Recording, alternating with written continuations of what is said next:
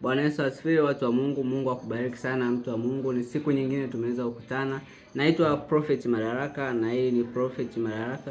Kwa YouTube unanipata kwa jina la Madaraka Media. Mungu akubariki sana sana sana. Ningependa usubscribe kwenye mitandao mingine, ukanifollow na ushare pia kwa watu wengine kwa ajili ya kujifunza na kuelimika.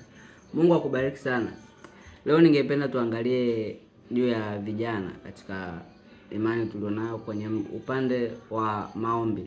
Tumekuwa tumedolola sana kiukweli. Ukiangalia vijana jinsi tunavyomtumikia Mungu kwenye hali ya maombi, tumekuwa ni watu ambao tunasubiria sana, tunategemea mpaka tuhamasishwe kuliko kuchukua hatua sisi wenyewe. Kwa nini? Kwa sababu hii kutegemea kuhamasishwa na watu, manake hatufanyi kama inavyotakiwa tufanye sisi wenyewe.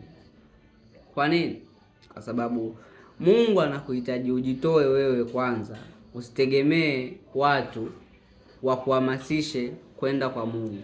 Kubali kwanza kwenda wewe kufanya kile kitu ambacho unachosikia kufanya ndani. Kwa nini? Kwa sababu hii itakusaidia sana sana sana, hata pale ambapo unapokuwa huko mwenyewe kuweza kupata muda wa kuzungumza na Mungu, kwa sababu unajua njia ya kumtafuta anapatikanaje.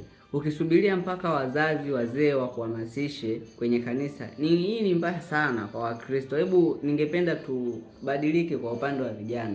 Mungu awabariki sana wote. Naitwa Prophet Madaraka. Amen.